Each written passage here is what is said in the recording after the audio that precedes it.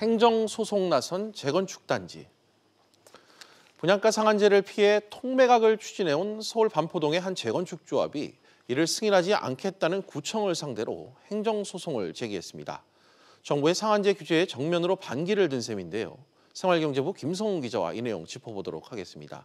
김 기자, 먼저 어떤 이 아파트고 소송전이 벌어지기까지 어떤 일들이 있었는지 다시 한번 정리해 주시죠. 네, 서울 반포동에 있는 신반포 3차 경남 재건축 아파트입니다. 이 재건축 조합은 올해 6월까지만 하더라도 후분양을 추진해 왔는데요. 정부가 민간 택지에까지 분양가 상한제를 적용한다고 발표한 뒤 조합이 수익을 극대화하기 위해 통매각에 들어갔습니다. 선분양에 나서면 주택도시보증공사 허그의 기준에 따라 3.3제곱미터당 4,800만 원대 수준의 분양가를 받고 또 상한제 적용을 받으면 3천만 원대까지 더 떨어질 것으로 예상했기 때문인데요.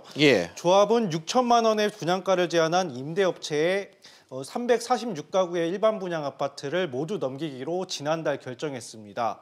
이 과정에서 국토부와 서울시는 통매각을 하려면 정비계획 변경과 승인이 필요하다는 유권 해석을 하며 제동을 걸었습니다. 이런 해석에 따라 서초구청은 지난 4일 조합이 심의를 신청한 정관 변경과 관리처분계획 변경 신고권을 반려했습니다. 조합은 이런 조치가 부당하다며 이번에 행정소송을 건 겁니다. 네, 그렇다면 이 소송에서 쟁점이 되는 부분은 어떤 부분이 될까요? 네, 통매각 계획이 정비계획상에 반드시 포함돼 있어야 하는지 여부가 될 것으로 보입니다. 조합은 통매각 결정을 경미한 변경사항으로 판단하고 허가가 아닌 관리처분계획 변경을 통한 신고 대상이라고 주장하고 있습니다. 반면 서초구청은 사업 초기 단계인 사업 시행 계획과 정비 계획의 변경까지 필요하다는 입장인데요. 여기에 지자체의 유권 해석과 반려 조치가 적절했는지도 법정 다툼의 소지가 있어 보입니다. 먼저 전문가의 이야기 들어보시겠습니다. 신고사항이냐 아니면 조합원의 권리 의무에 영향을 미치는 사안이기 때문에 인가사항이냐가 쟁점이 될 것 같습니다. 또한 절차나 내용상의 하자가 없는지 여부가 문제가 될 것 같습니다. 최종 결정까지는 길게는 2년까지 시간이 걸릴 것으로 예상되고 있습니다.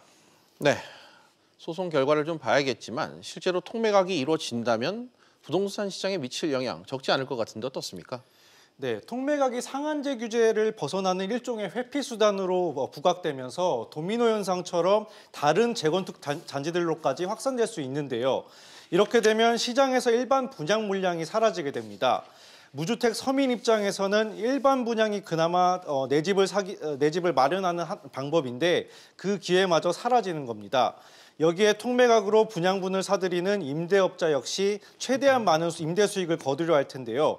고액의 전월세가 그 자리를 채울 수 있습니다. 이 때문에 국토부도 이번 사안을 매우 민감하게 보고 있는 것으로 알려졌습니다. 네, 김 기자 잘 들었습니다.